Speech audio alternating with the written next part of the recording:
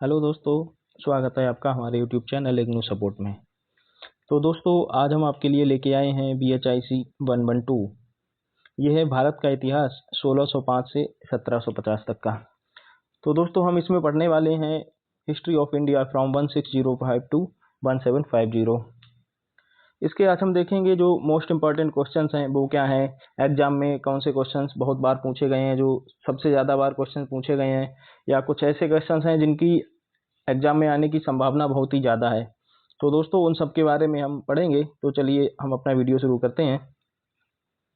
दोस्तों, हमारा पहला क्वेश्चन है, in what respect Akbar's reign marks a change in orientation towards Rajputs. किन अर्थों में अकबर का काल राजपूतों के प्रति परिवर्तित रवैये को दर्शाता है, व्याख्या कीजिए। तो दोस्तों, अकबर का जो काल था वो 1556 से लेके 1605 तक का है। तो जो शुरुआती दौर था अकबर का, तो उसमें अकबर के संरक्षक के तौर पे जो बैरम खान था वो राज कर रहा था। उसके बाद अकबर ने 4 साल उसने राज किया, बैरम खान ने। उसके बाद अकबर ने अपने हाथों में ही जो शासन था वो ले लिया। तो दोस्तों, अकबर ही बहुत बहुत ज़्यादा अकबर धार्मिक रूप से सहिष्णु था। वो सभी धर्मों का आदर करता था, उनके धर्म गुरुओं को बुलाकर उनसे वाद विवाद करता था, उनका आदर करता था। उसने जो प्रशासनिक उसकी जो नीतियां थी उसमें सारे धर्म के लोगों को एक समान रूप से लागू करी। उसका जो कुलीन वर्ग था उसने उसमें हिंदू और मुस्लिम दोनों धर्मों के लोगों को जो है वरीयता दी। तो देखते हैं दोस्तों, जब तक केंद्र शक्तिशाली रहा, अधीनस्थ जो क्षेत्रीय शक्तियां थीं वो उसके नियंत्रण में रहीं। लेकिन जैसे जैसे वो केंद्र में सरकार जो मुगल सत्ता थी वो कमजोर होती रही, तो फिर के जो क्षेत्रीय शक्तियां थीं उन्होंने अपनी धीरे धीरे करके स्वतंत्र होने लग गईं। केंद्र और राजपूत राजतंत्रों के संबंधों की अस्थिर प्रकृति थी। वो अकबर ने शासन संभाला था, उससे पहले जो मुगल और राजपूतों का जो संबंध था वो बहुत ही अस्थिर तरह का था। लेकिन जैसे ही अकबर ने शासन संभाला तो उसने जो राजपूतों को अपने कुलीन वर्ग में शामिल किया, उनको बड़े बड़े मनसब दिए, किसी को 5,000 का, किसी को 7,000 का। और जो कई राजाओं के साथ इन्होंने वैवाहिक संबंध भी स्थापित किए। तो इस तरह से जो इनकी राजपूतों के प्रति नीति थी ये काफी एक पॉजिटिव डायरेक्शन में चल रही थी। जो अकबर खुद था वो थार के रेगिस्तान में राजपूत के यहाँ एक पैदा हुआ था। जब हुमायूं जो भारत से भाग गया था उसके बाद ये रास्ते में पैदा हुआ था अकबर। उसने जो उसका दृष्टिकोण था वो धार्मिक और नस्ली की बजाय स्वतंत्र, व्यापक, सामाजिक, सांस्कृतिक विश्व दृष्टिकोण उसने विकसित किया। उसका जो दृष्टिकोण था वो काफी व्यापक रूप से था। अब अकबर ने जो नीति बनाई थी उसका जो पालन है बाद के वर्षों में उसके जो उत्तराधिकारी थे, जहांगीर, शाहजहां, औरंगजेब, इन सब ने उसका पालन किया। और इस तरह से उसने जो धार्मिक और नस्लीय था उसमें मिले जुले कुलीन वर्ग का गठन किया था। अब उसने अब केवल ऐसा नहीं था कि वो अपने ही विश्वास को या अपने धर्म को ही जो तवज्जो देता था, वो बाकी धर्मों की भी बराबर ही कद्र करता था। तो इस तरह से अकबर के कुलीन वर्ग और विशेष रूप से राजपूतों के साथ उसके राजनीतिक संबंधों को 18वीं शताब्दी में मुगल साम्राज्य के पतन तक सामाजिक, धार्मिक और आर्थिक विकास के प्रकाश में देखा जाना चाहिए। उसका जो काल था ये काफी अच्छे लेवल पे उसके टाइम पीरियड में ये संबंध, राजपूत और मुगल संबंध पहुंच गए थे। तो दोस्तों, हमारा अगला क्वेश्चन है, how was craft production organized in the medieval period. मध्यकाल में शिल्प उत्पादन का संगठन किस प्रकार किया जाता था। तो दोस्तों, जो मध्यकाल का पीरियड था उसमें जो शिल्प वगैरह जिनका उत्पादन होता था तो जरूरतों और आवश्यकताओं के अनुरूप विभिन्न तरह के शिल्प थे। उद्योग के उत्पादन के संगठन में जो भिन्नताएं थीं, ग्रामीण कारीगर थे, वो गांव की जो जरूरतें उनको पूरा करने के लिए वस्तुओं का निर्माण करते थे। और वो फिर उन वस्तुओं को किसी चीज, अनाज या किसी चीज के बदले में उनको दिया करते थे। तो ये जजमानी व्यवस्था थी। अब इनमें लोहार थे, कुम्हार थे, चर्मकार थे। इनकी भूमिका काफी महत्वपूर्ण थी गांव स्तर पर। और जो आमतौर पर इन्हें क्या दिया जाता था, पैसा नहीं दिया जाता था, जबकि इनकी चीजों के बदले में अनाज दिया जाता था। जो अपना दक्षिण भारत या दक्कन था, दक्कन का जो रीजन था और महाराष्ट्र वगैरह का रीजन था, उसमें ये जो व्यवस्था थी थोड़ी सी ज़्यादा संगठित थी। और यहाँ पे जो ग्रामीण कारीगर वगैरह थे उनको बलूतेदार कहा जाता था। दोस्तों धीरे धीरे करके जैसे समय आगे बढ़ा तो ये अपना जो सामान था वो नगद रूप से बेचने लगे, और अतिरिक्त तो जो कुछ एक्स्ट्रा काम करते थे उसको फिर ये नगद रूप में उसका भुगतान लेने लगे। फिर जैसे जैसे शहरों से इनकी मांग बढ़ी तो ये अपना माल बाजार, शहर की जो बाजारें थी वहाँ भी भेजने लगे। अब ये जो कारीगर थे ये व्यक्तिगत तौर पर बाजार के लिए फिर उत्पादन करने लगे, अब इनको बाजार में फिर बेचते थे। तो इस तरह से इनकी कई सारी विशेषीकृत जो श्रेणियां थी वो बन गई, जैसे वस्त्र की अलग थी, या कोई जो क्राफ्ट्स वगैरह बना रहे हैं वो उनकी अलग थी, कोई अपना फर्नीचर का काम कर रहा है, उनकी श्रेणियां, इस तरह से श्रेणियों का वो जो हो वो बन गया था। अब जो प्रत्येक क्षेत्र था वो किसी एक खास प्रकार के शिल्प का उत्पादन करता था, जैसा कि हम आज भी देखते हैं कि एक पर्टिकुलर क्षेत्र में एक ही तरह के जो शिल्प वगैरह का उत्पादन किया जाता है। अब उसके बाद जब थोड़ा सा और ये व्यापार वगैरह डेवलप हुआ तो जो व्यापारी थे ये कारीगरों को अग्रिम राशि दे देते थे, पहले से ही मतलब पैसे दे देते थे, और उसके बाद में उनकी वस्तुओं को वो व्यापारी ही खरीद लेते थे। तो जो ये व्यवस्था थी उसको दादनी कहा जाता था। और 17वीं शताब्दी में दक्कन में बुनकर उद्योग पर व्यापारी लगभग लगभग प्रभावी हो गए थे, हावी हो गए थे, और वो कारीगरों से पहले ही पैसे दे के उनसे एडवांस में पैसे दे दिया करते थे, फिर अपनी पसंद का सामान उनसे बनवा लिया करते थे। और ये जो दादनी व्यवस्था थी, जब दोस्तों कोई पहले पैसे देगा तो फिर वो जैसा चाहेगा वैसा ही माल भी खरीदेगा, तो इस तरह से जो खरीदार थे ये महत्वपूर्ण भूमिका निभाते थे। तो दोस्तों अगला क्वेश्चन देखते हैं। हमारा अगला क्वेश्चन है, examine the nature of Indian ocean trading networks in the 17th century. 17वीं शताब्दी में हिंद महासागरीय व्यापारिक तंत्रों की प्रकृति का आलोचनात्मक परीक्षण कीजिए। तो दोस्तों जो हमारी 17वीं शताब्दी थी उसको हम ऐसा मान सकते हैं कि जो हमारी यूरोपीय व्यापारी कंपनियां थी उन्होंने भारत में उनका आगमन शुरू हो गया था। जैसे कि सन 1600 सन 1600 में जो ईस्ट इंडिया कंपनी थी वो आई, उसके 2 साल बाद डच ईस्ट इंडिया कंपनी आई, फिर 1664 में जो फ्रेंच ईस्ट इंडिया कंपनी आई। तो इस तरह से पूरी जो 17वीं शताब्दी है उसमें यूरोपियों का भारत से, जो यूरोपीय कंपनियां थी वो भारत पे व्यापार पे एक अधिकार करने के लिए उनमें होड़ मची हुई थी।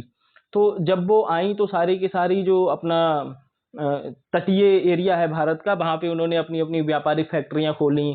फिर उनको जो माल था सारा, जो कच्चा माल प्रमुखता जिसमें वस्त्र और मसाले वगैरह थे, ये सब भारत से वो इंग्लैंड वगैरह ब्रिटेन में यूरोप में भेजा करते थे। तो उनको जो अंदर का हिंटरलैंड था, जो अंदरूनी इलाके थे, वहां से उनको तटीय क्षेत्रों तक लाने के लिए जो भारतीय व्यापारी थे उनकी बहुत तरह की जो श्रेणियां थी वो विकसित हो गई। तो ये जो व्यापार का नेटवर्क था ये इसी तरह से था।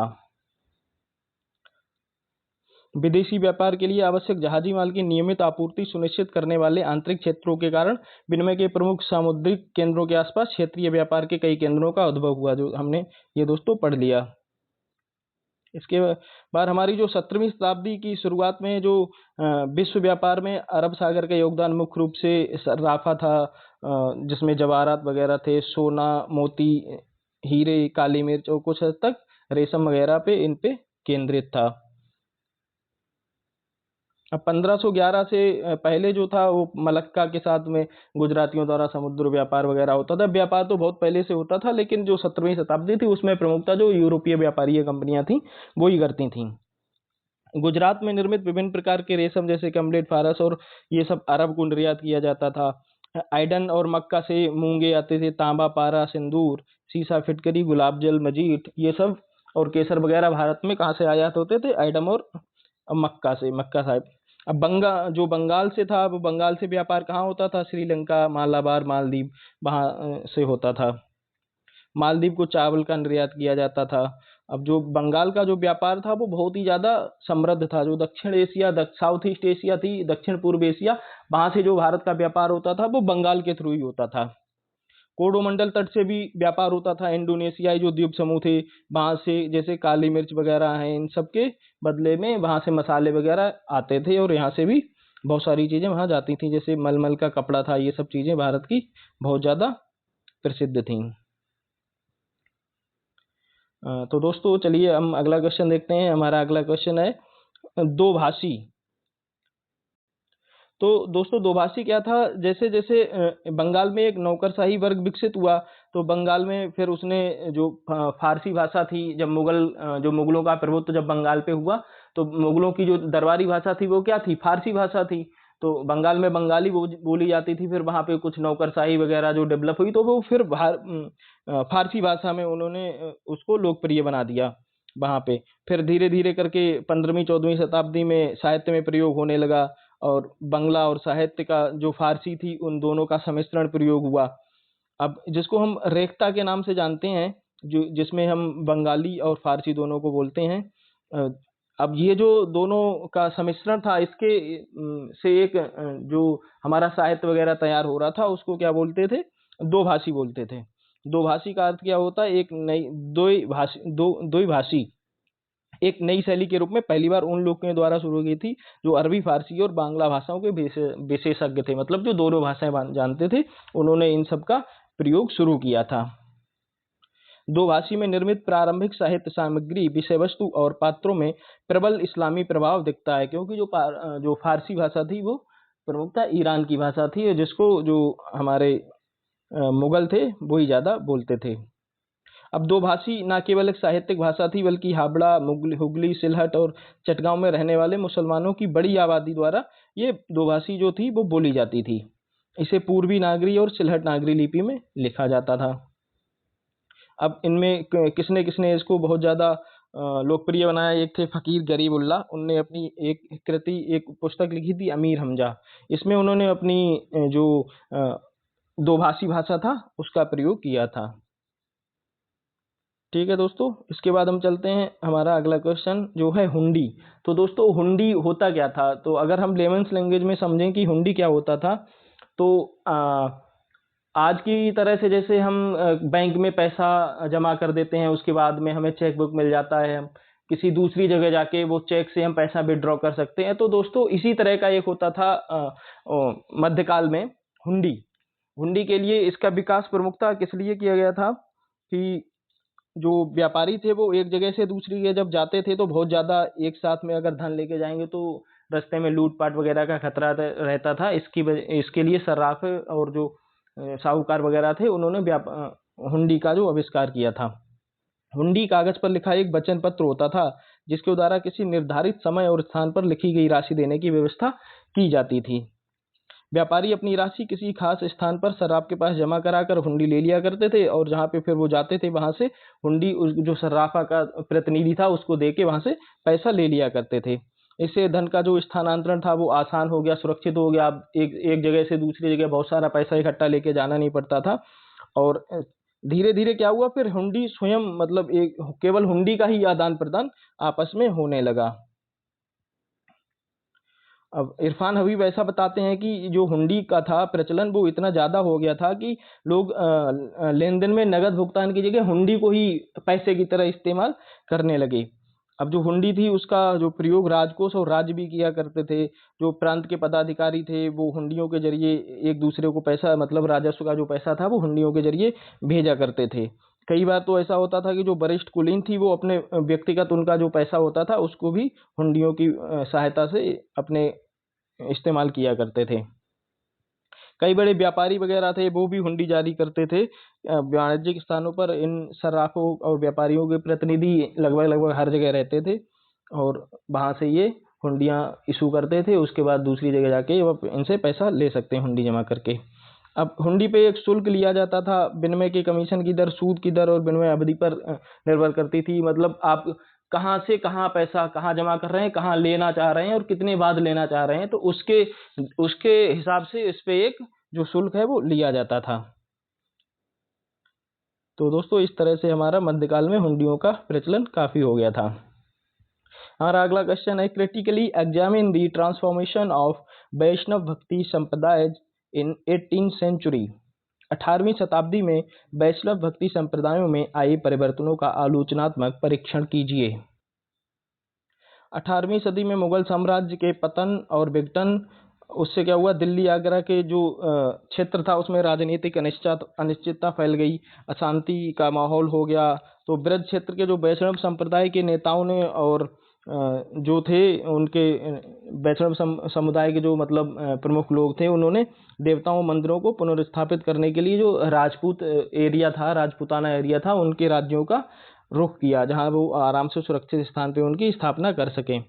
पुष्टि मार्गी वैष्णवों ने राजस्थान के विभिन्न राजपूत राज्यों में श्रीनाथ जी की 7 छवियों की गद्दियों की स्थापना करी। ये सब इसीलिए किया कि जो उस समय जो राजनीतिक अस्थिरता का माहौल था, पॉलिटिकल इंस्टेबिलिटी थी उस टाइम पे, तो उससे बचने के लिए मूलतः जो मुगलों का राज था, मुसलमानों का राज था, तो वो हिंदुओं वगैरह के मंदिर कई बार ऐसा होता था जो तोड़ दिए जाते थे, तो उन सब चीज़ों से बचने के लिए ये लोग जो ब्रज का क्षेत्र था वहाँ से अपने उन्होंने देवी देवताओं के स्थान शिफ्ट करके राजपूताना एरिया में ले गए थे।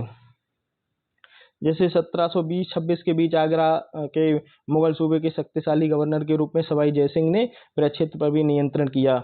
इन्होंने हर एक वैष्णव प्रतिष्ठानों, मंदिरों और समुदायों का स्थल था, ये सबसे इनमें इनका नियंत्रण था। फिर शैव और वैष्णव तपस्वियों के बीच टकराव की स्थिति बन गई, तो इस ये टकराव ना हो तो इसके लिए उन्होंने जो जयसिंह थे, उन्होंने सवाई जयसिंह ने इनके दोनों के बीच में मध्यस्थता कराई थी। जो सवाई जयसिंह थे, इन्होंने 4 वैष्णव संप्रदाय थे, इनको मान्यता दी और इनको ऐसा ही इनके नेताओं को निर्देश दिया कि जो सभी वैष्णव हैं वो या तो इन चारों संप्रदायों में शामिल हो जाएं या तो अपने मतलब अलग-अलग ऐसा करके यहाँ से चले जाएं। 18वीं शताब्दी के मध्य से अयोध्या में श्री राम केंद्रित वैष्णववाद के केंद्र के रूप में प्रमुखता से उभरने लगा अयोध्या था, और इस प्रकार जो रामानंदी थे उनकी ये केंद्रीय भूमिका हो गई थी। फैजाबाद में इसकी राजधानी के साथ अवध नवाबी राज्य के गठन ने भी अयोध्या की तीर्थ स्थल के रूप में बनी प्रतिष्ठा में योगदान दिया था। तो इस तरह से जो 18वीं शताब्दी थी वो काफ़ी राजनीतिक अनिश्चितता का माहौल था, तो ये जो वैष्णव थे इन्होंने अपना जो एरिया है मुख्य रूप से वो वहाँ से चेंज कर लिया। तो दोस्तों चलिए अगला क्वेश्चन देखते हैं। Examine the evolution of Mughal school of painting. जो चित्रकला का मुगल स्कूल था, ये इसके हमें विकास का परीक्षण कीजिए कि धीरे धीरे करके ये किस तरह से विकसित हुई। तो दोस्तों ये जो पीडीएफ अगर आपको पढ़ना है तो इसमें पढ़ सकते हैं, मैं ऐसे ही समझा देता हूँ एक बार आपको कि जो बाबर था, जब बाबर मुगलों का जो पहला सुल्तान था, शहंशाह था, जो वो बाबर ही था। तो बाबर का जो शासनकाल था वो बहुत ही छोटा था, 1526 से 1530 तक, लगभग 4 साल का उसका शासनकाल था। तो वो कला में ऐसा कोई बहुत ज़्यादा योगदान दे नहीं पाया। हालांकि उसके बाद जो हुमायूं जब राजा बना, जो शासक बना, तो हुमायूं का जो शासन था शुरुआत के जो 10-11 साल थे वो भी पॉलिटिकल अनिश्चितता वगैरह थी, बहुत ज़्यादा युद्धों में बिजी रहा, कई बार हार भी गया, और अंततः उसको जो चौसा और बेलग्राम का युद्ध था उसमें शेरशाह सूरी ने हरा दिया, तो उसको भागना पड़ा यहाँ से। तो उसका वो टाइम पीरियड भी बहुत ज़्यादा वो चित्रकला वगैरह का कोई विकास कर नहीं पाया। हालांकि उसके बाद जब वो शेरशाह सूरी से हारने के बाद जो ईरान में वो रह रहा था शाह तैमूर के दरबार में, तो उसका वहीं पे चित्रकला के प्रति रुझान विकसित हुआ। अब वहाँ पे उसने क्या किया कि वो चित्रकला से इतना अधिक प्रभावित हो गया कि ईरान के 2 कलाकार थे, मीर सैयद अली और ख्वाजा अब्दुल समद, तो उसने उनसे अपने लिए पांडुलिपियाँ तैयार करवाईं, और इनको अपने साथ में जब वो भारत में आया लौट के, तो इनको अपने साथ में लेकर भी आया। मुगलकालीन चित्रकला के विकास में हुमायूं का योगदान महत्वपूर्ण है। अब तैमूर घराने के राजकुमार शीर्षक से एक चित्र बनाया गया था, ये हुमायूं काल की सबसे जो महत्वपूर्ण चित्रकारी है वो यही मानी जाती है। ये लगभग 1550 ईस्वी के आसपास बनाया गया था, इसको कपड़े पे बनाया गया था, और ऐसा मानते हैं कि ईरानी चित्रकला में इतना लंबा चित्र बनते नहीं थे ऐसे, तो ये माना जाता है कि ये जो मंगोल परंपरा थी, जिसने भी अपने तंबुओं पर चित्र बनाया करते थे, तो उस परंपरा से इसका चित्र बनवाया गया था। दोस्तों इसके बाद जब अकबर आया, तो अकबर तो चित्रकला का बहुत ही ज़्यादा संरक्षक था, उसने बहुत ही ज़्यादा बड़े लेवल पे चित्रशाला वगैरह की स्थापना भी करी थी, और बहुत सारे चित्रकारों को संरक्षण भी दिया था। इसके बाद जब जहांगीर आया, तो जहांगीर भी जो कला था उसका बहुत बड़ा संरक्षक था चित्रकला का। लेकिन जब शाहजहां का शासनकाल आया, हालांकि शाहजहां ने भी चित्रकला को संरक्षण दिया, लेकिन उसका जो ज़्यादा फोकस था वो स्थापत्य कला की तरफ था। उसके बाद औरंगजेब ने तो कला को लगभग पूरा बंद ही कर दिया था, उसके टाइम पीरियड में तो चित्रकला पूरी तरह से बंद हो गई थी। तो इस तरह से जो चित्रकला का एक मुगल स्कूल अलग ही स्कूल बना, इसमें फारसी प्रभाव भी था और जो भारतीय प्रभाव भी था इस चित्रकला पे, और थोड़ा सा ऐसा लोग विद्वान मानते हैं कि यूरोपीय प्रभाव था ये भी इस चित्रकला पे था। जैसे कि जो परछाई वगैरह बनाने की जो कला बाद में विकसित हुई, तो इस पे ऐसा मानते हैं कि यूरोपीय प्रभाव था। तो इस तरह से जो मुगल स्कूल चित्रकला का एक अलग रूप में विकसित हुआ। तो दोस्तों हम अगला क्वेश्चन देखते हैं। हमारा अगला क्वेश्चन है सराय एंड ब्रिजेस, सराय और पुल। तो दोस्तों अगर हम इसको लेमेंस लैंग्वेज में समझें तो जिस तरह से आज हम अगर एक शहर से दूसरे शहर में जाते हैं तो हमें वहाँ रुकने वगैरह के लिए, खाना पीना खाने के लिए किसी होटल या रेस्टोरेंट वगैरह की ज़रूरत पड़ती है। तो जो मध्यकालीन भारत था या जो मुगल काल का समय था, उसमें ऐसे ही कुछ, जब व्यापारी एक जगह से दूसरी जगह जाते थे तो बीच में उनको रुकना पड़ता था। तो उस उनको रुकने के लिए कुछ ऐसी व्यवस्थाएं थी जिनको हम सराय बोलते थे, जिनको आज की जो हमारा टाइम है उसमें हम होटल बोल सकते थे। तो ये सराय थी, इनमें व्यापारी खुद रुक सकते थे, अपने जानवरों वगैरह को रोक सकते थे। सराय जो थी खुली जगह वाली इमारत मध्य भारत की आवागमन आबादी की जरूरतों को पूरा करती उस काल की सबसे विशिष्ट सार्वजनिक इमारतों का प्रतिनिधित्व करने लगी। ये मुख्य मार्गों के साथ बनाई जाती थी जहाँ लोग अपनी पशुओं के साथ सुरक्षित रूप से रात्रि में विश्राम कर सकें और उनको दाना पानी भी वहाँ पे मिल सके। अब इन सरायों को राज्य था उसने भी बनवाया, फिर कुछ जो नागरिक वगैरह थे जैसे कुछ व्यापारी थे उन्होंने भी इनको जो सेवा भाव के रूप में इसको बनवाया। अब इसकी ज़रूरत तो इसीलिए पड़ी कि आम यात्री थे, उनको आराम और बसेरों की जगह चाहिए थी रात में रुकने के लिए, इससे इसका विकास हुआ। उसके बाद दोस्तों हम देखते हैं पुल। तो जो पुल थे वो अधिकतर जो दिल्ली और आगरा से निकलने वाली जो मेन सड़कें थी ना उन्हीं के आसपास में बनाए गए थे। बहुत ज़्यादा जो क्षेत्रीय जो रोड थे उन पे पुलों का निर्माण नहीं हुआ था। और जो पक्के पुल थे वो तो लगभग लगभग बहुत ही कम थे, और बर्नियर ऐसा बताते हैं कि जो मध्यकालीन भारत में बड़ी नदियों में जो पक्के पुल थे वो तो लगभग गायब ही रहे थे।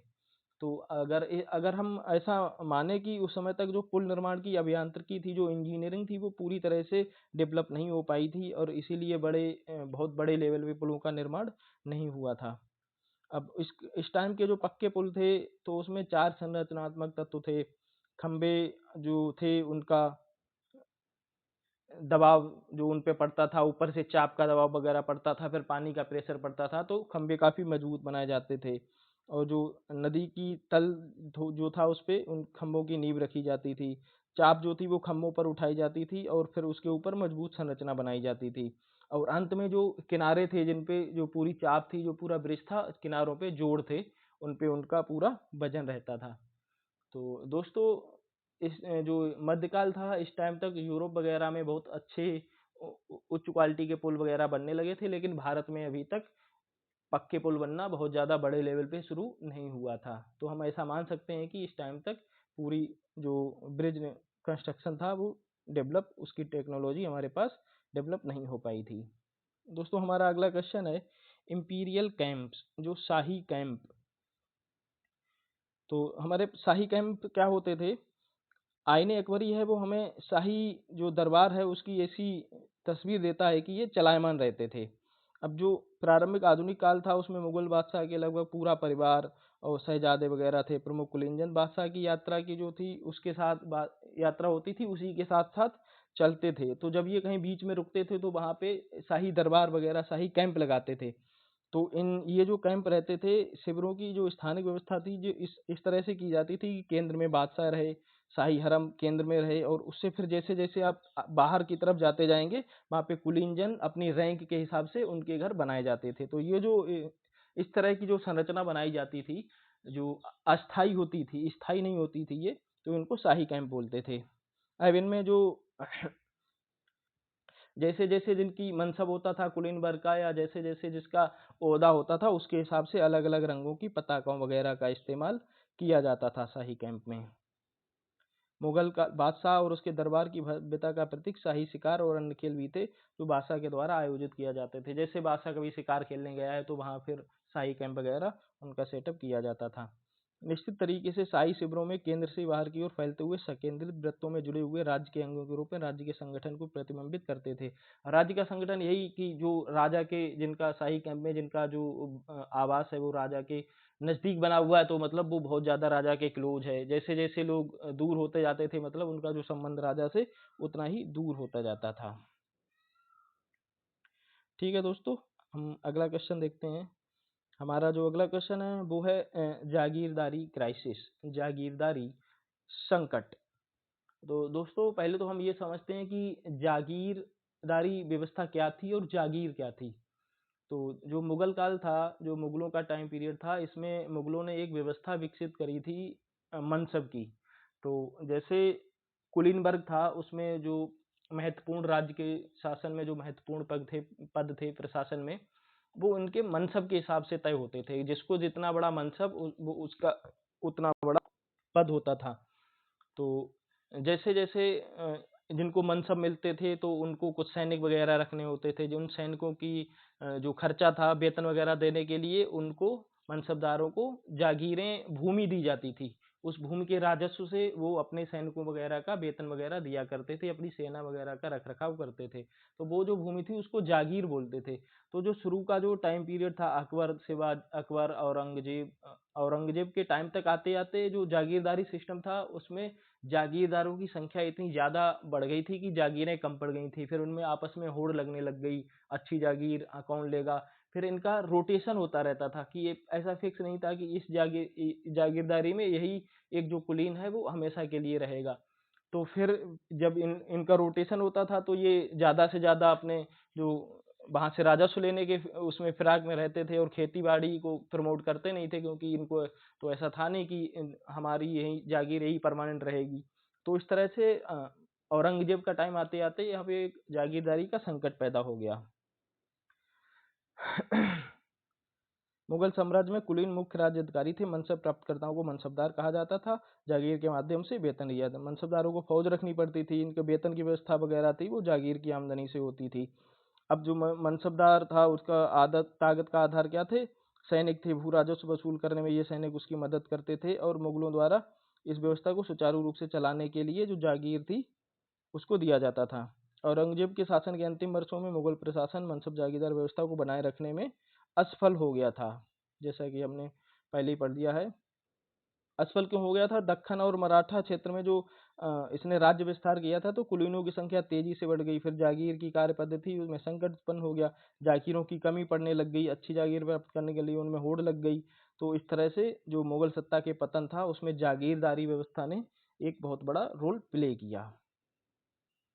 दोस्तों हमारा अगला क्वेश्चन है, write a note on the political developments in the Deccan after the decline of the Bahmanis kingdom.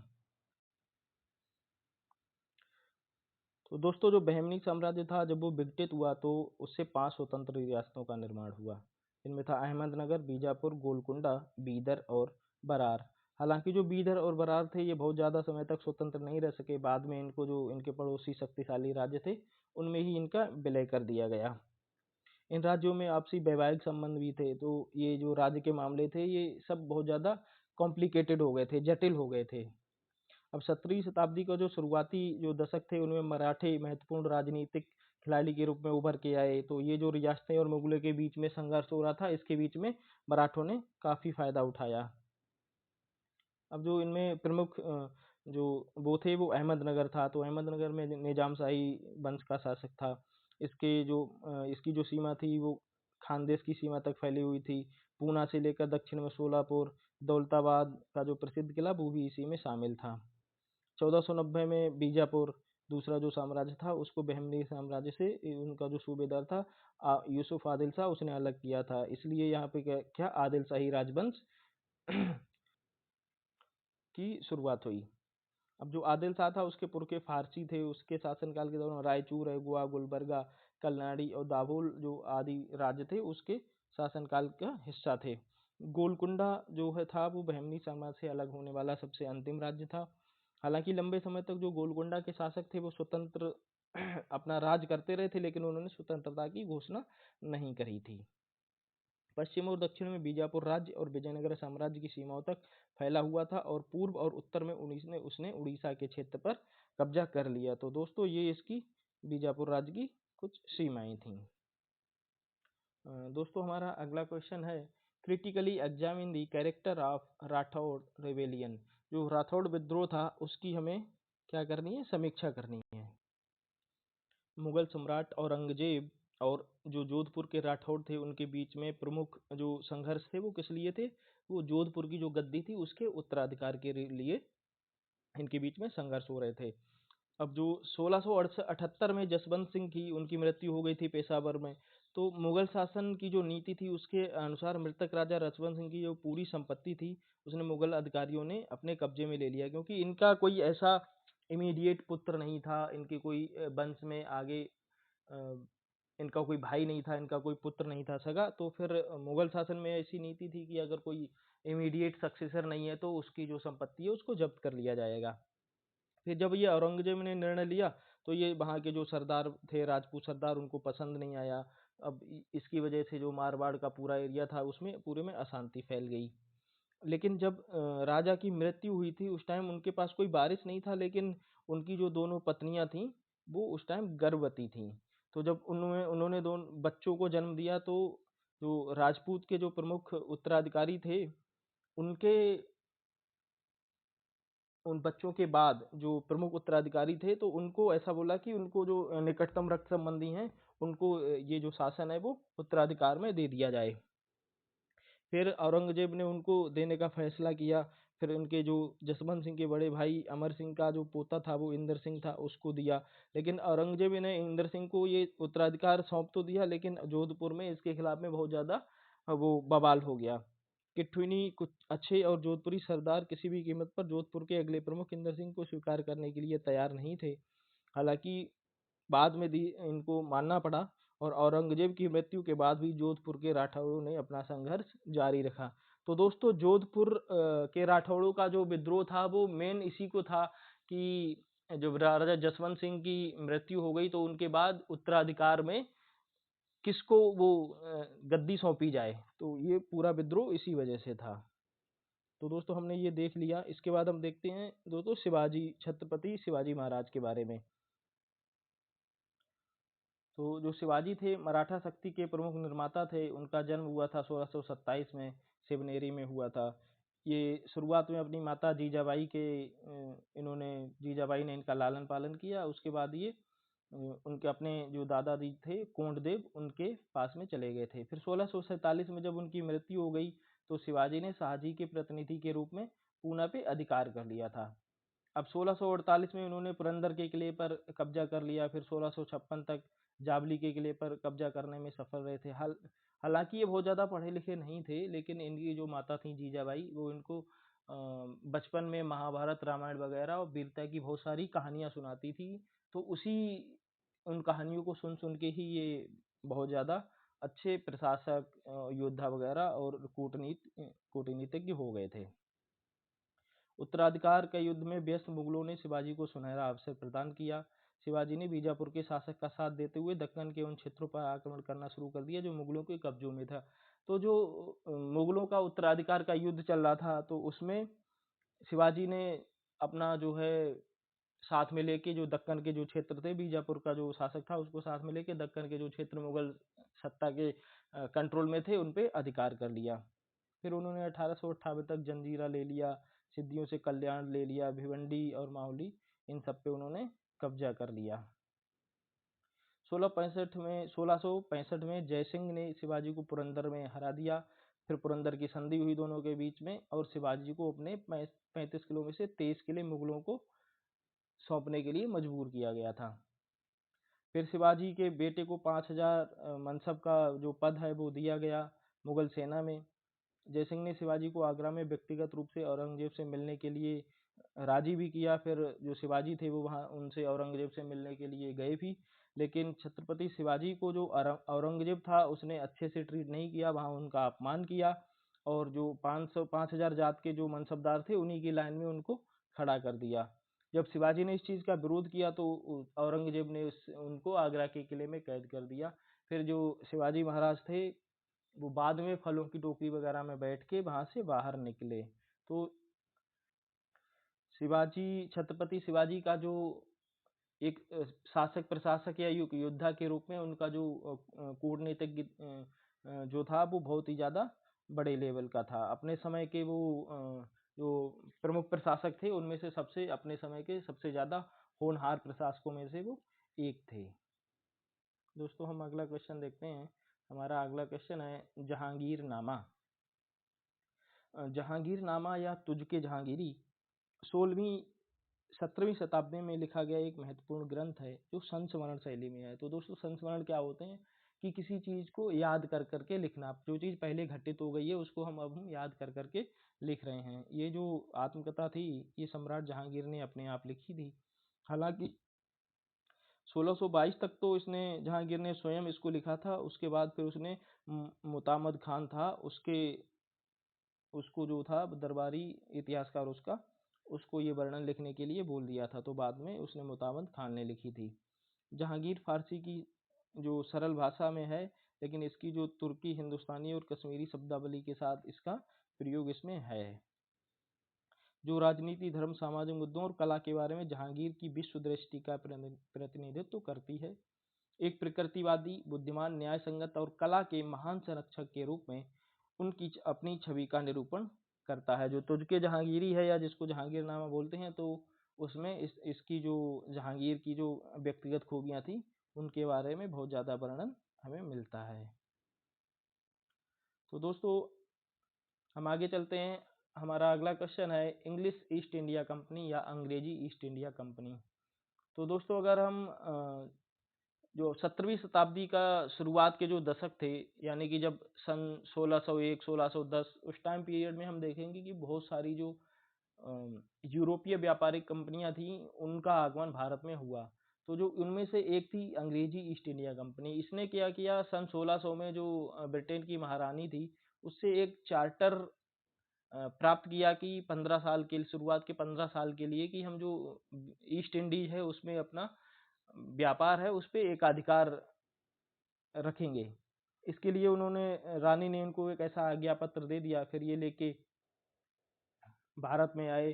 Bharat में उन्होंने एक अपना व्यापार वगैरह उस पर ध्यान केंद्रित किया, क्योंकि अंग्रेजों को अधिक सामग्री और संसाधनों की आवश्यकता थी। फिर इसमें अंग्रेजी निजी व्यापारियों के दो समूह शामिल थे। अंग्रेजी ईस्ट इंडिया कंपनी के सेवक थे और भारत में बसे व्यापारी। उनका व्यापार भारत के समुद्रिक व्यापार के पश्चिमी और पूर्वी दोनों क्षेत्रों में था। जब ये आए तो उन्होंने भारत का जो पश्चिमी क्षेत्र था और पूर्वी क्षेत्र जो तटीय क्षेत्र था उन दोनों पे अपनी जो फैक्ट्रियां थी, व्यापारिक फैक्ट्रियां, वो लगाई। भारत के पश्चिमी तट में बंदरगाहों के अलावा लाल सागर और फारस की खाड़ी क्षेत्रों तक फैला हुआ था। फिर लाल सागर वगैरह से भी इनका व्यापार होता था, फारस की खाड़ी में भी इनका व्यापार होता था। फिर धीरे धीरे करके ये जो कंपनी थी ये व्यापारिक से इसने जो भारत के जो क्षेत्र थे, रियासतें थी, उन पे कब्जा करना स्टार्ट कर दिया और वहाँ पे अपना रेजिडेंट वगैरह रखना स्टार्ट कर दिया। फिर धीरे धीरे करके इस कंपनी का शासन खत्म होके 1858 ने जो ब्रिटेन की महारानी थी उसने जो भारत का शासन था वो सीधे अपने हाथ में ले लिया था। तो इस तरह से यह अंग्रेजी ईस्ट इंडिया कंपनी का शासन भारत में खत्म हो गया। Write a note on the temple building activities in Eastern India during the 17th and 18th century। 17वीं 18वीं सदी में पूर्वी भारत में मंदिर निर्माण की गतिविधियों पर एक लेख लिखिए। तो जो पूर्वी भारत था जिसमें कि हमारा एरिया शामिल था, पश्चिम बंगाल है, असम है, त्रिपुरा है, उड़ीसा है, इन सब में जो मंदिर निर्माण की प्रक्रिया थी ये कभी भी पूरी तरह से बंद नहीं हुई थी। जो मुगल शासनकाल हालांकि जब चल रहा था तो मंदिर निर्माण की प्रक्रिया थोड़ी धीमी हो गई थी, लेकिन ये कभी पूरी तरह से बंद नहीं हुई थी। उड़ीसा है, बंगाल, असम, त्रिपुरा में मंदिर नियमित आधार पर बनाए गए। स्थानीय शासक और जमींदार इनको जो जागीरदार थे वो मंदिरों के निर्माण को संरक्षण प्रदान किया करते थे। भगवान जगन्नाथ की भूमिका औपचारिक संरक्षक के रूप में होने के कारण ही उड़ीसा में मंदिर निर्माण की जो प्रक्रिया थी वो धीरे धीरे करके निर्बाध गति से चलती रही। ये देखना रुचिकर लगता है कि अकबर द्वारा बंगाल को मुगल साम्राज्य में मिला लिए जाने के बाद मंदिर निर्माण की प्रक्रिया में तेजी आई। तो ये तेजी किस लिए आई कि जो मुगलों का नियंत्रण था वो निश्चित तौर पर थोड़ा सा बंगाल में कमजोर था। और बिष्णुपुर वगैरह के कुछ छोटे हिंदू मुखिया जो कलना, बर्धमान, पवना, अंध केंद्रों में थे, वो अनगिनत मंदिर बनवाने में सफल रहे। हालांकि वो मंदिर थोड़े तुलनात्मक रूप से थोड़े छोटे थे। अब जो इनमें से मंदिर बनाए गए वो अधिकतर जो मंदिर थे स्वदेशी ईंटों और लाल भूरी मिट्टी से निर्मित थे, जो उस क्षेत्र में आसानी से निर्माण सामग्री के रूप में मिल जाती थी। आसाम में भी कुछ कुछ मुगल नियंत्रण में ये था, तो वहाँ पे भी बहुत से छोटे छोटे हिंदू राजा थे। फिर उन्होंने मंदिरों का निर्माण कराया, उनको संरक्षण प्रदान किया। जो गुवाहाटी का हम कामाख्या देवी का मंदिर देखते हैं, इसको राजा नर नारायण ने 1565 ईस्वी में बनवाया था। त्रिपुरा में भी त्रिपुरा का जो उदयपुर रीजन है उसमें एक समान दिखने वाले दो मंदिर हैं, जिनको गणपति मंदिर महारानी के नाम पर रखा गया है। इसको 1669 में बनवाया गया था। तो जो मुगल काल था उसमें मंदिर थे जो पूर्वी भारत में, उनका निर्माण बाधित नहीं हुआ, उनका निर्माण वैसा ही चलता रहा था। इनफैक्ट थोड़ा सा और तेज हो गया था। तो दोस्तों ये क्वेश्चन हमने देख लिया। हमारा दोस्तों अगला क्वेश्चन है नूरजहां। तो नूरजहां कौन थी? नूरजहां जो थी वो अकबर के दरबार में इसका जन्म हुआ था, एक मेहरुन्निसा नाम से एक ईरानी अप्रवासी की बेटी के रूप में। फिर इसने जाके 1611 में बादशाह जहांगीर से शादी करी। जो नूरजहां थी वो झरोखे में बैठती थी, इसके नाम से सिक्के ढाले गए थे। ये शाही मोहर थी इसके पास, जिसको तुमरा बोलते थे, ये अपने पास रखती थी। इसका जो जहांगीर के शासनकाल में बहुत ज़्यादा सिक्का चलता था, जो इसके पास बहुत काफ़ी अधिकार थे। ऐसा मानते हैं कि जो जहांगीर था उस पर पूरा जो प्रभुत्व था वो नूरजहां का था। जो नूरजहां बोलती थी वही दरबार में होता था। उसने राजस्व संग्रह है, गांव के अनुदान हैं, ऐसे प्रशासनिक मामलों की बहुत सारी चीज़ें थी जिन पे इसने फिर अपने आदेश जारी किए थे। जो नूरजहां का परिवार था उसने भी जहांगीर के दरबार में सत्ता का खूब प्रयोग किया। इसके जो पिता थे एतमादुद्दौला, उसकी उपाधि उनको दी गई थी। इसका भाई जो था आसफ खान, वो जो जहांगीर था उसका बहुत ज़्यादा करीबी था। फिर इसकी भतीजी थी मुमताज महल, जिसने शाहजहां से 1612 में शादी करी थी। जहांगीरी दरबार की राजनीति में नूरजहां और उसके परिवार ने शक्ति के ऐसे बिंदु पर कब्जा जमाया जिसे कुछ आधुनिक इतिहासकारों ने नूरजहां का सैन्य शासक भी गुट कहा है। तो ये इसका जो परिवार था, इसके जो सगे संबंधी थे, उन्होंने पूरे जहांगीर के जो दरबार पे कब्जा सा कर रखा था। अब इसने गुलाब वगैरह है, पचोलिया वस्त्र है, इन सब का जो नवाचार है वो इसी ने शुरू किया था। सराय है, उद्यान, मस्जिद, मकबरे जैसी कई निर्माण परियोजनाएं थीं, वो इसके संरक्षण में हो रही थीं। जहांगीर के शासन के वृत्तांत में नूरजहां पुरुषत्व और स्त्रीत्व दोनों क्षेत्रों को पार करते हुए प्रतीत होती है। तो दोस्तों स्त्रीत्व में तो ये जो मुगल हरम था उसमें तो अपना प्रभाव रखती थी, उसके अलावा जो जहांगीर का जो दरबार था तो उसमें भी ये पुरुषों की तरह अपना प्रभाव रखती थी। तो इसलिए इसको दोनों क्षेत्रों को पार करते हुए माना जाता है। जहांगीर के शासन के अंतिम वर्षों में नूरजहां ने जो उत्तराधिकार के प्रश्न था उसमें भी हस्तक्षेप किया था। हालांकि इसका डिसीजन बहुत ज़्यादा खराब रहा था, इसका खामियाजा इसको बाद में भुगतना पड़ा। इसने एक विशिष्ट सामाजिकता गढ़ी। मुगल दरबार की जो भौतिक संस्कृति थी उसमें नए सौंदर्य शास्त्र लाई। उसकी जो साज सज्जा थी उसमें इसने नए नए जो नवाचार थे वो किए थे। तो दोस्तों कुल मिलाकर जो नूरजहां थी वो जहांगीर के दरबार की एक बहुत ही ज़्यादा प्रभुत्वशाली महिला थी, और ऐसा माना जाता है कि पूरा का पूरा जो जहांगीर का दरबार था वो नूरजहां ही चलाती थी। दोस्तों हमारा अगला क्वेश्चन है, critically examine the relationship of the Mughal empires with the Sikh gurus.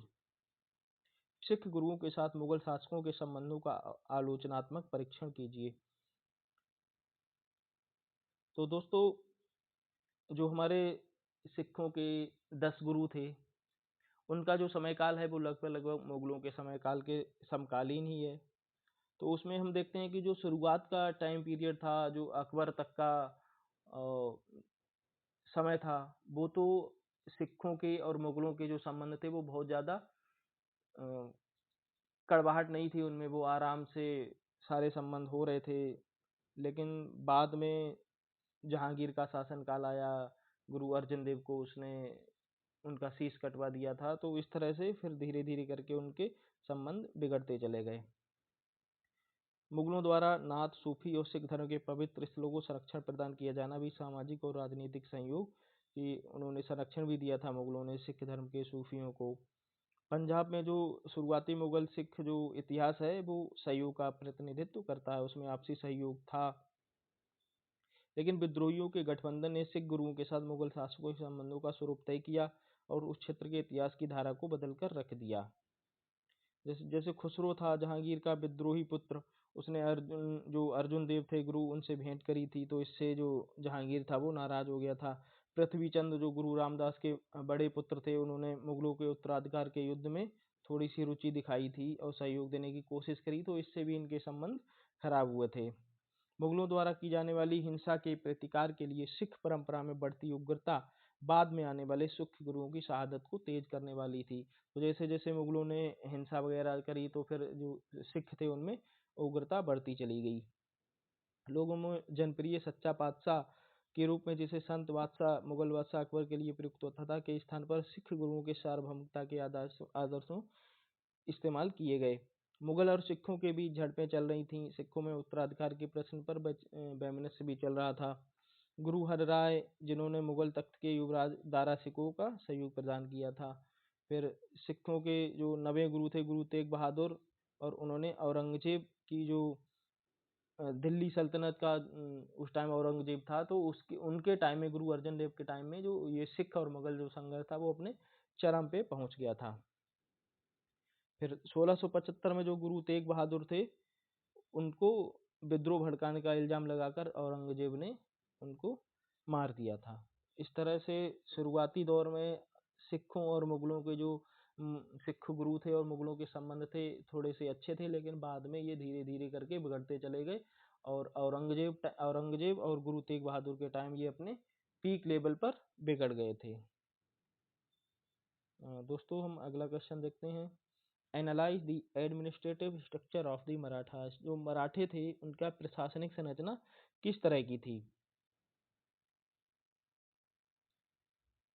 अब देखो जो मराठों की प्रशासनिक संरचना थी वो पहले से जो दक्कन के राज्य थे उनमें प्रचलित थी, लेकिन उसको जो फेमस जो बनाया, उनका जो स्वरूप है जो विकसित किया वो शिवाजी ने आके किया या वो मराठों ने आके किया। तो इनका केंद्रीय प्रशासन किस तरह का था मराठों का। इसमें जो इनके केंद्र में अष्ट प्रधान होते थे, जिसमें पेशवा या प्रधानमंत्री होता था, मजूमदार या लेखा परीक्षक, पंडित राव या धार्मिक प्रमुख, बाकिया नवीस या चैम्बरलेन, सुरनी या अधीक्षक, दबीर या विदेश सचिव, सेनापति, न्यायाधीश या मुख्य न्यायाधीश। ये जो अष्टप्रधान थे इनको सीधे राज्य के खजाने से भुगतान किया जाता था और उन्हें कभी भी जागीर वगैरह नहीं दी जाती थी। तो शिवाजी की ये अष्टप्रधान जो था वो उसका श्रेय उसको जो प्रमुख रूप से विकसित करने का श्रेय या उसको पॉपुलराइज करने का जो श्रेय है वो प्रमुखता शिवाजी को जाता है। तो फिर इनका जो अष्टप्रधान थे इनको असिस्ट करने के लिए और लोग थे, और फिर प्रांत जो इनका शासन था वो प्रांतों में बटा हुआ था, तो उन प्रांतों में इनकी जो क्षेत्रीय वो थी। अब प्रांतों में बटा था, तरफों में बटा था, मौजों में बटा था। प्रांत के जो मामलों थे उनकी देखभाल करते थे सूबेदार, कारकुन, और एक सूबेदार द्वारा कई प्रांत, एक से मतलब ज्यादा भी जो प्रांत थे वे एक सूबेदार द्वारा प्रशासित किए जाते थे। सूबेदारों को कई सहायकों द्वारा सहायता दी जाती थी। इनमें कौन कौन से थे, दीवान, मजूमदार, फड़नीस, सबनीस, कारखानीस, चिटनीस और जमादार और पोर्टनीस, ये प्रमुख थे। जो प्रशासन की सबसे निचली इकाई थी वो मौजा थी। अब कोई भी किला होता था वो कभी भी कोई किसी एक पर्टिकुलर अधिकारी के नियंत्रण में नहीं था। यहाँ पे कई सारे अधिकारी होते थे, जैसे एक हवलदार था, एक सबनी था, एक सरनोबत था। तो जबकि तो इन तीनों का सामूहिक वो होता था। अगर कोई भी आदेश है तो उस पर केवल एक हवलदार ही कोई आदेश पारित नहीं करेगा। पहले हवलदार अगर कोई आदेश पारित करेगा तो वो अमल में तभी लाया जाएगा बाकी के दोनों जो एक सरनोबत और सबनी थे उनके दोनों की जो मोहर उस पर लगी होगी। तो इस तरह से कोई भी एक अधिकारी था वो बहुत ज्यादा पावरफुल नहीं हो पाया था, और फिर चेक एंड बैलेंस की जो कंडीशन थी वो वहाँ पे मेंटेन हो रही थी। अब ये अधिकारी पदों में समान थे और उनके कार्य बटे हुए थे। हालांकि सबके कार्य अलग अलग हुए थे, लेकिन ये पद में हायरार्की में एक समान थे। शिवाजी के अधीन मराठा सेना की तीव्रता इसकी विशेषता थी। शिवाजी की घुड़सवार सेना में बारगीर और सिलेदार शामिल थे। तो दोस्तों, जो शिवाजी की जो सेना थी, इसकी प्रमुख विशेषता यही थी कि इनकी जो आने जाने का टाइम था वो बहुत ज़्यादा कम था। ये इनकी सेना काफ़ी तीव्र थी और इन्होंने छापामार जो युद्ध प्रणाली थी उसको शिवाजी ने बहुत ज़्यादा विकसित किया था। इसी वजह से इनको इतनी सफलता, मुगलों की जो काफ़ी बड़ी सेना थी उसके विरुद्ध में इनको इसीलिए इतनी सफलता मिली। इनके जो घुड़सवार थे उनमें बारगीर और सिलेदार शामिल थे। तो इनमें दो तरह के ये होते थे घुड़सवार सेना। एक तो वो होते थे जिनको खुद से अपने घोड़े लेके आने पड़ते थे, और दूसरे ऐसे थे जिनको सिलेदार बोलते थे। उनको जो घोड़े थे वो सरकार की तरफ से, मतलब कि जो प्रशासन है उसकी तरफ से दिए जाते थे। इनने अपनी सेना को गुरिल्ला और छापामार पहाड़ी युद्ध में प्रशिक्षित करने का भी विशेष प्रयास किया। तो इस तरह से इनकी जो प्रशासनिक जो व्यवस्था थी वो इस तरह की थी। हमारा अगला क्वेश्चन है, discuss the role of sarraf and brokers in the medieval economy. मध्यकालीन अर्थव्यवस्था में सर्राफों और दलालों की भूमिका की चर्चा कीजिए। तो जो सर्राफ थे वो व्यापार में महत्वपूर्ण भूमिका निभाते थे। उनके 3 कार्य थे। एक तो मुद्रा विनिमयदाता, मुद्रा को मतलब एक्सचेंज करना या मुद्रा की जगह पे किसी और चीज़ को देना। बैंकर का काम करना, मतलब लोगों का पैसा है वो अपने पास जमा करना, या किसी और अगर लोगों को चाहिए तो उनको लोन देना। सोने चांदी और गहने के व्यापारी ये ऐसा व्यापार का भी काम करते थे। ये सिक्के की धातुगत शुद्धता और वजन के पारखी और विशेषज्ञ माने जाते थे। अब ये जो धातु और मुद्रा की जो विनिमय दर थी वो भी निर्धारित कौन करता था? सर्राफ ही करता था। सर्राफ जो थे वो मुगलों की जो मुद्रा ढलाई व्यवस्था थी उसका भी एक प्रमुख अंग थे। मुगलों की जो हर एक टकसाल में एक सर्राफ होता था जो बात धातु की शुद्धता और ढलाई के बाद जो सिक्का बनता था उसकी शुद्धता की जांच करता था। अब बैंकर के रूप में भी लोगों का धन लेते थे, वो सुरक्षित रखते थे, ब्याज पर ऋण देते थे, हुंडी जारी करते थे और दूसरों द्वारा जारी हुंडियों के बदले अपना कमीशन काटकर भुगतान वगैरह भी किया करते थे। उत्तर भारत पर तुर्की विजय के बाद के काल में दलाल एक विशेषीकृत वाणिज्य वर्ग के रूप में कार्यरत थे।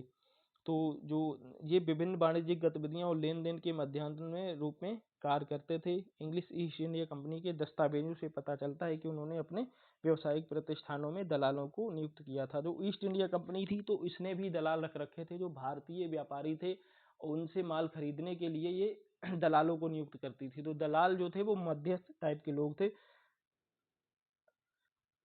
विदेशी बंदरगाहों पर भी भारतीय दलाल मौजूद होते थे। कंपनी या व्यापारियों द्वारा नियुक्त दलाल जो केवल उनके लिए कार्य करते थे, ऐसे भी तरह के जो होते थे। कई ग्राहकों के लिए स्वतंत्र रूप से काम करते थे। कई वाणिज्यिक केंद्रों पर खरीद और बिक्री को पंजीकृत करने के लिए राज्य द्वारा नियुक्त होते थे।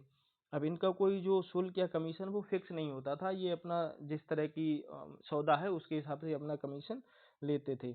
नियमित रूप से नियुक्त दलालों को नियत वेतन और लेन-देन में कुछ कमीशन भी मिलता था। जो राज्य ने कुछ दलाल नियुक्त किए थे उनको तो नियमित रूप से कमीशन वेतन मिलता था, साथ ही साथ में कुछ कमीशन वगैरह भी मिलता था। तो दोस्तों, हम दलालों को समझ सकते हैं, मध्यस्थ टाइप के लोग थे जो अगर मान लो खरीद एक विक्रेता है, एक क्रेता है, तो उसके बीच में ये मध्यस्थता कराते थे और उसके लिए कुछ पैसे वगैरह चार्ज करते थे। तो दलालों का इस तरह का काम था। मेवाड़ एंड जहांगीर। तो दोस्तों, जहांगीर जो था वो मेवाड़ के साथ में युद्ध के पक्ष में बिल्कुल नहीं था, बल्कि शांति से समाधान चाहता था। 1613 में जहांगीर ने एक सेना का गठन किया, राजकुमार खुर्रम की कमान में रखा और अजमेर से मेवाड़ के अभियान के लिए विदा किया। अब हालांकि बहुत लंबे समय तक ये युद्ध चला। उसके बाद जो वहाँ के राणा थे अमर सिंह, वो मुगलों के साथ में संधि करने के लिए तैयार हो गए, मुगल आधिपत्य स्वीकार करने के लिए तैयार हो गए थे। राणा अमर सिंह और राजकुमार खुर्रम के बीच मुलाकात जो थी वो सौहार्दपूर्ण रही। समझौते को सम्राट जहांगीर ने मंजूरी भी दे दी थी। अब जो राणा अमर सिंह थे उनको 5,000 के पद से मनसब का जो पद था वो उनको दिया गया था। अब राणा जो अमर सिंह थे, उनके जो राजकुमार थे कर्ण, उनको मुगल दरबार में भेजा गया। वहाँ पे उनका भव्य स्वागत किया गया। मुगल शिष्टाचार के अनुसार कर्ण को मुगल शासक द्वारा सम्मानित किया गया। जहांगीर ने राणा अमर सिंह और कर्ण की 2 मूर्तियां तराशने का आदेश भी दिया था। तो अब यहाँ ये देखना यह है कि जो मूर्तियां वगैरह थी या जीवित छवियों को जो इस्लामी विश्वास के प्रतिकूल माना जाता था, लेकिन फिर भी जहांगीर ने इनकी मूर्तियों को बनाने का आदेश दिया था। इसका मतलब है कि इनके जो संबंध थे वो काफी अच्छे थे। जहांगीर जो है वो कर्ण को शिकार पर भी लेके गया था, मुगल हरम में भी लेके गया था, जहाँ पे नूरजहां ने उसे सम्मान के स्वरूप में एक मुगल पोशाक, जिसको खिल्लत बोलते थे, एक तलवार, एक घोड़ा, एक काठी और एक हाथी भेंट किया था। तो मुगल हरम में तो किसी को ले जाना एक मतलब बहुत अलग ही लेवल की बात थी, मतलब उसका सम्मान बहुत ज्यादा था। 1620 में राणा अमर सिंह की मृत्यु के बाद जहांगीर ने राजा किशन दास को उसके पिता अमर सिंह की मृत्यु पर शोक व्यक्त करने के लिए उदयपुर भेजा। फिर कर्ण को मेवाल का अगला राणा बनने पर बधाई भी दी, उसके पुश्तैनी पद को स्वीकार किया और राणा की पुश्तैनी उपाधि भी दी, सम्मान का वस्त्र भी दिया, एक घोड़ा और एक हाथी उसने भेजा था। तो कुल मिला के जो मेवाड़ और जहांगीर का जो संबंध था वो काफी अच्छे लेवल पे था। हालांकि 1613 में युद्ध में जो राणा अमर सिंह थे वो पराजित हुए थे, लेकिन फिर भी जो जहांगीर ने काफी अच्छे से उन संबंधों को निभाया था। दोस्तों हमारा अगला क्वेश्चन है, minerals, minings and metals during the medieval period, मध्यकाल में खनिज, खदान और धातुएं। तो जो 16वीं और 17वीं शताब्दी के दौरान भारत में गहरा खनन नहीं किया जाता था, बल्कि विभिन्न प्रकार के खनिजों और धातुओं के लिए धरती के ऊपरी सतह से ही खनन किया जाता था। इसमें नमक बहुत एक अनिवार्य वस्तु थी, नमक तो सभी यूज करते थे। भारत इसमें आत्मनिर्भर था। भारत का जो तटीय क्षेत्र था वो बहुत ज़्यादा था, वहाँ से नमक बनाया जाता था। राजपूताना में सामर झील थी, पंजाब में नमक पत्थर की खानें थीं, और जो बाकी का समुद्र का जो पानी था वहाँ से नमक बनाया जाता था। अब ये प्रांतीय और अंतर प्रांतीय व्यापार की एक प्रमुख वस्तु थी, वो नमक थी, क्योंकि इसका जो है वो सभी को ज़रूरत होती है। इसमें सोरा भी एक प्रमुख खनिज पदार्थ था। यूरोप में इसकी खूब मांग थी, इससे बारूद बनाया जाता था। तो सोरा जो था उससे बारूद बनाया जाता था, और ये यूरोप में खूब इसकी मांग होती थी सोरा की। तो यूरोप के लिए, और इसको बनाना भी काफी, निकालना भी काफी आसान होता था। इसको पानी में घोल के फिर इसको गर्म किया जाता था, तो पानी था वो उड़ जाता था और सोरा सोरा नीचे रह जाता था। तो इस तरह से इसका एक्सट्रैक्शन किया जाता था। सही मायने में भारत में सोने और चांदी की खानें नहीं थीं। कोलार की जो प्रसिद्ध सोने की खान थी उसका भी उस टाइम तक पता नहीं था। जो नदी तल से थोड़ा बहुत मात्रा में सोना जो था वो निकाला जाता था, और खानों वगैरह से नहीं निकाला जाता था। लेकिन जो नदी तल से सोना निकालते थे तो उसमें जो कॉस्ट ऑफ प्रोडक्शन वगैरह है या कॉस्ट ऑफ एक्सट्रैक्शन है, मतलब सोना निकालने की जो लागत है वही बहुत ज़्यादा हो जाती थी, जिस वजह से उसमें बहुत ज़्यादा कुछ फ़ायदा हो नहीं पाता था।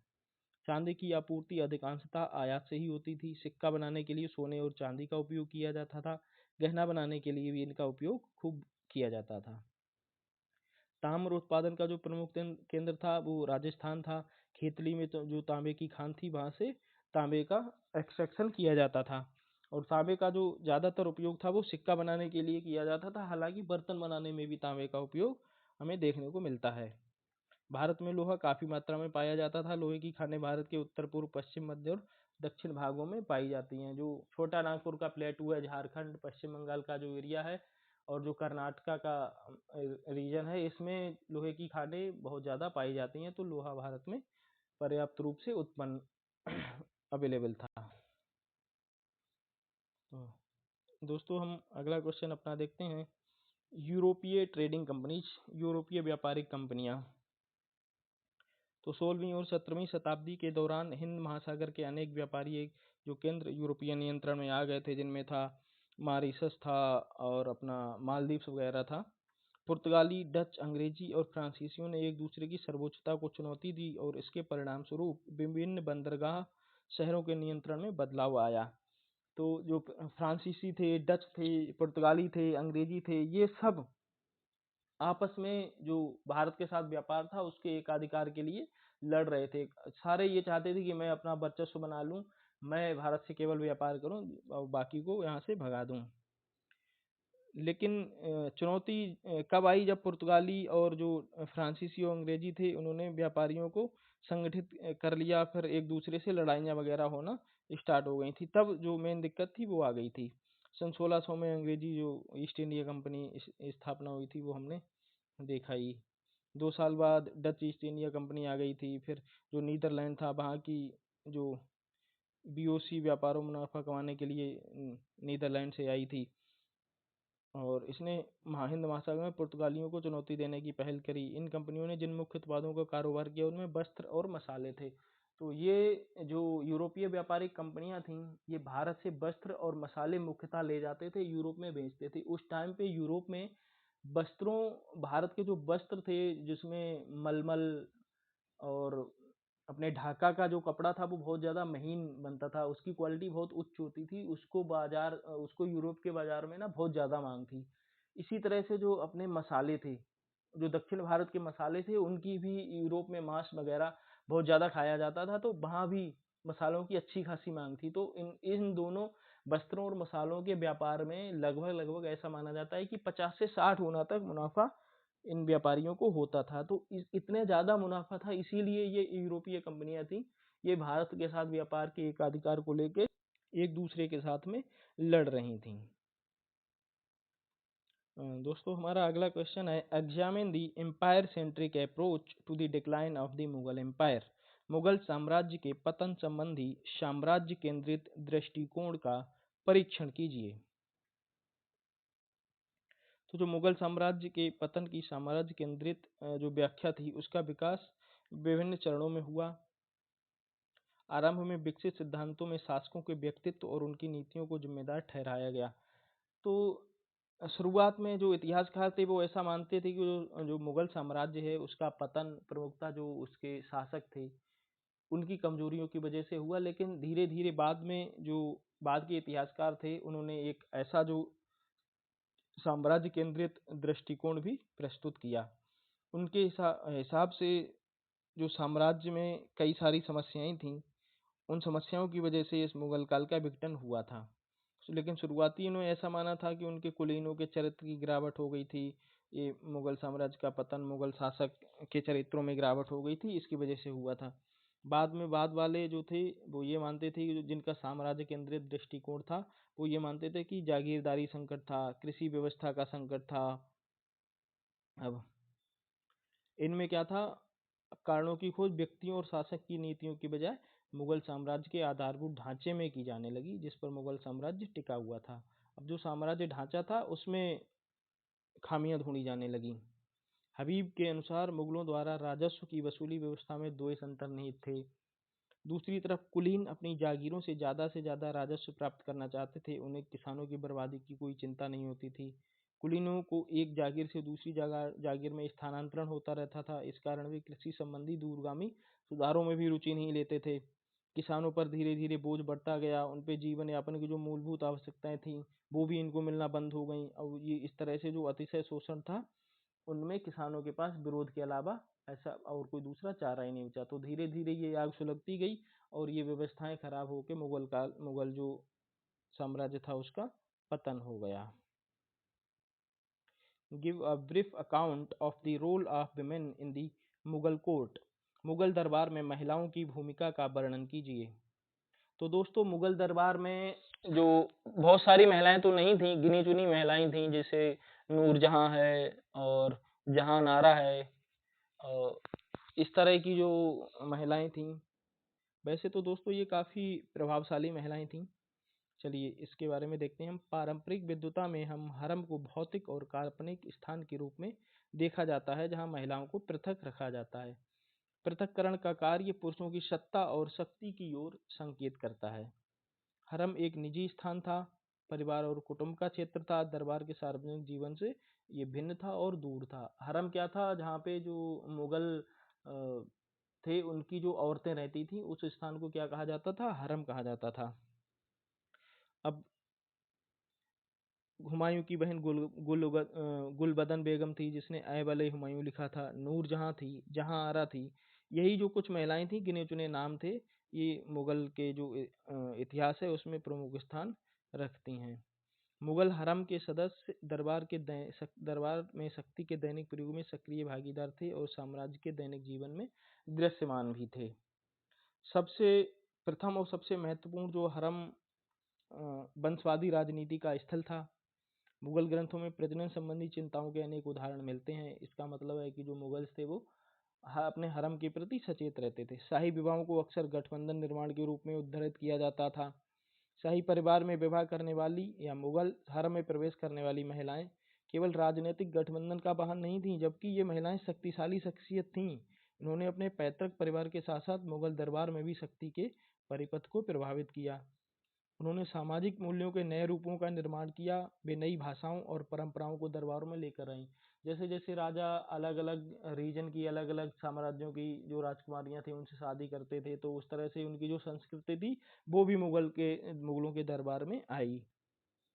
हरम की महिलाओं ने लोक कल्याण के लिए महत्वपूर्ण अनुदान दिए। मस्जिदें, मकबरे, बागों, सरायों, बावड़ियों, तालाबों, अवसर जलाशयों, इन सब की उन्होंने निर्माण कराया और ये स्थापत्य कला की बहुत संरक्षक थी। जैसे नूरजहां थी तो इस समय अपने पिता एतमाउद्दौला का मकबरा बनाया था। इसी तरह से जो जहांनारा थी उसने भी जो शाहजहां था उसके अंतिम समय में बहुत ज़्यादा मदद करी थी और उसने अपने भाई दारा शिकोह को काफ़ी सपोर्ट किया था। तो इस तरह से ये मुगल जो महिलाएं थीं वो बहुत ज़्यादा प्रभावशाली थी। हालांकि कुछ गिनी चुनी ही महिलाएं थीं, तो ऐसा इनको अपवाद स्वरूप भी मान सकते हैं। दोस्तों हमारा अगला क्वेश्चन है शाह वलीउल्लाह। तो दोस्तों शाह वलीउल्लाह कौन थे, उनको जानने से पहले हम एक बार ये जो हमारा पूरा सिनेरियो है इसको जान लेते हैं।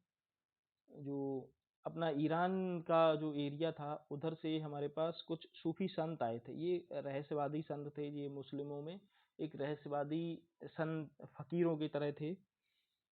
इन्होंने बहुत सारे सिलसिलों की स्थापना की। भारत में अलग अलग सिलसिले आए जिनमें चिश्ती था, कादरी था और इस तरह के सिलसिले थे। तो जो इनके गुरु थे इनको क्या कहा जाता था, पीर, और इनके जो शिष्य थे उनको कहा जाता था शागिर्द। जहाँ पे जो ये पीर बैठ के अपने शागिर्द थे उनको शिक्षा दिया करते थे उनको बोला जाता था खानकाह। तो ये जो शाह वलीउल्लाह थे ये प्रसिद्ध विद्वान और जो नक्शबंदी सिलसिला था इसके एक संत थे। उन्होंने वहदत उल वजूद और वहदत उल शुहूद के दो सिद्धांतों में मेल मिलाप कराने की कोशिश करी थी। उन्होंने ये बताया था कि दोनों विचारों में ईश्वर का संबंध अस्तित्व से है और केवल उसका वास्तविक स्वतंत्र अस्तित्व है। 18वीं शताब्दी की शुरुआत में जब मुगल साम्राज्य का पतन हो रहा था और मराठा, जाट और सिख जैसे समुदायों ने मुस्लिम शक्ति के लिए गंभीर खतरा पैदा कर दिया था, उस समय हम शाह वलीउल्लाह के नेतृत्व में इस्लामी पुनरुत्थानवादी आंदोलन का उदय पाते हैं। तो जब मुगल साम्राज्य का पतन हो रहा था तो जो उसी टाइम पे ये जो नक्शबंदी सिलसिला था इसमें ये शाह वलीउल्लाह हुए थे जिन्होंने इस्लाम का पुनरुत्थान में बहुत बड़ा योगदान दिया था।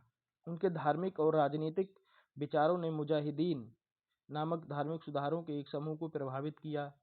ये मुख्य रूप से 1857 की क्रांति के बाद में था कि उनके धार्मिक विचारों ने इस्लामी पुनरुत्थानवाद के विभिन्न मतों को प्रभावित किया।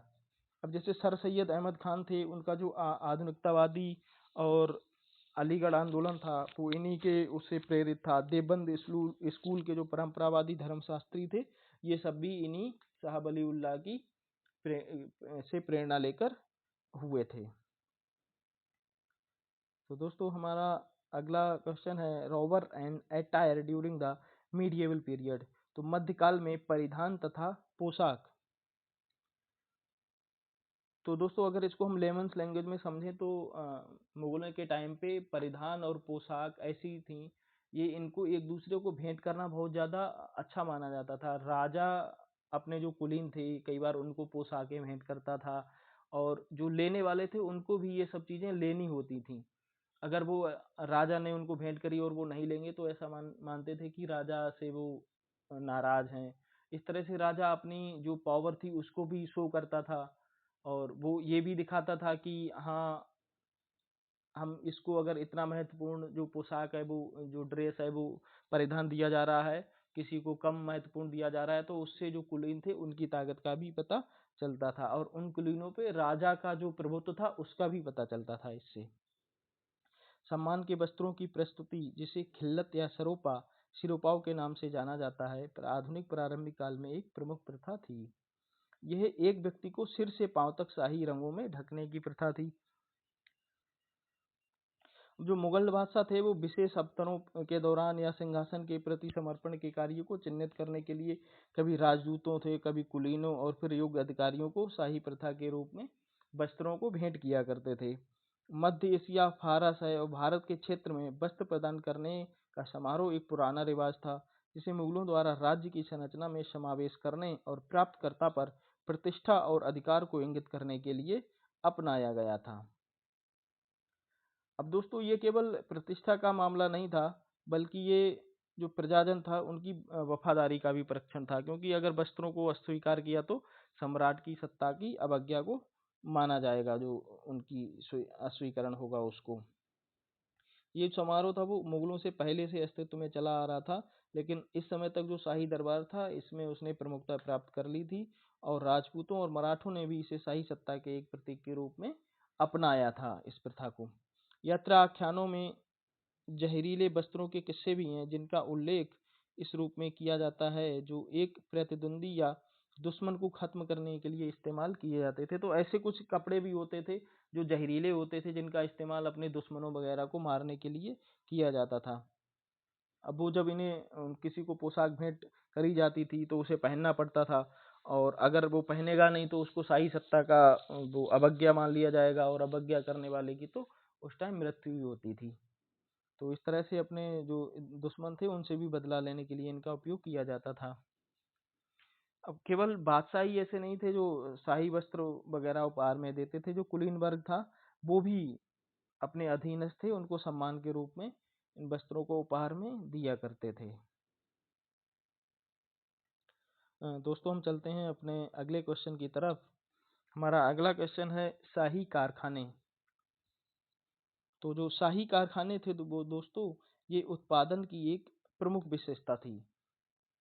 इनकी जो प्रमुख विशेषता वो क्या थी? कारखाने राजकीय व्यवस्था का हिस्सा थे और कुलीन वर्गों के लोग भी अपने कारखाने चलाते थे। तो दोस्तों ये शाही कारखाने थे, ये आज के जो कारखाने हम समझते हैं उनसे काफ़ी अलग थे। इसमें ये जो कारखाने थे या तो राजा के महल में चलते थे, या जो कुलीन वर्ग था, जो बड़े-बड़े पदों पे लोग प्रतिष्ठित लोग थे, उनके घरों में थे। इनमें जो उत्पादन होता था उस पे केवल राजा के जो महल था, राजा का जो निजी जन थे, उनके लिए ही उत्पादन होता था, या जो महल की आवश्यकताएं होती थी उनके लिए उत्पादन होता था, या जो कुलीन वर्ग था उसके घर की जो ज़रूरतें थी उनके लिए उत्पादन होता था। यहाँ पे कॉमर्शियल लेवल पे या चीज़ें बेचने के लिए या व्यापार करने के लिए उस तरह का उत्पादन नहीं होता था। इनमें बनी चीज़ों का निर्माण राजकीय घरेलू आवश्यकताओं और दरबार के लिए हुआ करता था। आमतौर पर इनमें महंगी और विलास की वस्तुओं का उत्पादन होता था। तो जो राजा या अगर राजा या कुलीन वर्ग किसी के भी घर में ये कारखाने चलते होंगे तो इनमें ऑब्वियसली विलास की जो चीज़ें होंगी वो ही ज़्यादा बनती होंगी, महंगी-महंगी चीज़ें। निपुण कारीगर एक छत के नीचे काम करते थे और उत्पादन करते थे। राज्य के अधिकारी उनका निरीक्षण करते थे। तो जो कारीगर थे वो किसी एक जगह काम करते थे और राज्य का जो अधिकारी था वो उनका निरीक्षण करता था, जिससे कि ये किसी भी तरह का सामान-वामान है उसमें चोरी ना करके ले जा सकें, और इनको जो कारीगर थे उनको इस सामान को घर वगैरह पे ले जाने की अनुमति नहीं हुआ करती थी। उनमें बाजार के लिए नहीं, बल्कि राजकीय और व्यक्तिगत ज़रूरतों को पूरा करने के लिए उत्पादन होता था। तो दोस्तों इस तरह से हमारे शाही कारखाने थे, ये मुगल काल में काफ़ी चलते थे।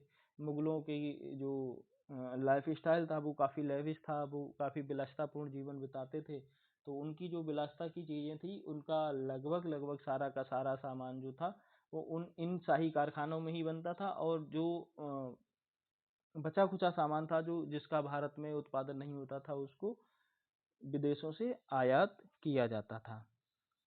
तो दोस्तों हमने इस तरह से इसके सभी लगभग महत्वपूर्ण जो प्रश्न थे उनको देख लिया है, और इनको अच्छे से हमने पढ़ लिया है। अगर आप ये पूरा वीडियो देख के जाते हैं तो निश्चय ही आपको जो पेपर है, एग्ज़ाम है, उसमें बहुत अच्छे मार्क्स आएँगे। आप मोर देन 60 प्लस स्कोर कर सकते हैं इसी एक वीडियो को देखने के बाद। तो दोस्तों, अगर इस वीडियो को देखने के बाद आपको कुछ फ़ायदा होता है, आपको लगता है कि मुझे और इसी तरह के वीडियो बनाने चाहिए, तो आप हमें कमेंट सेक्शन में कमेंट करके बता सकते हैं। सो दोस्तों, आज के लिए इतना ही। Thank you, bye.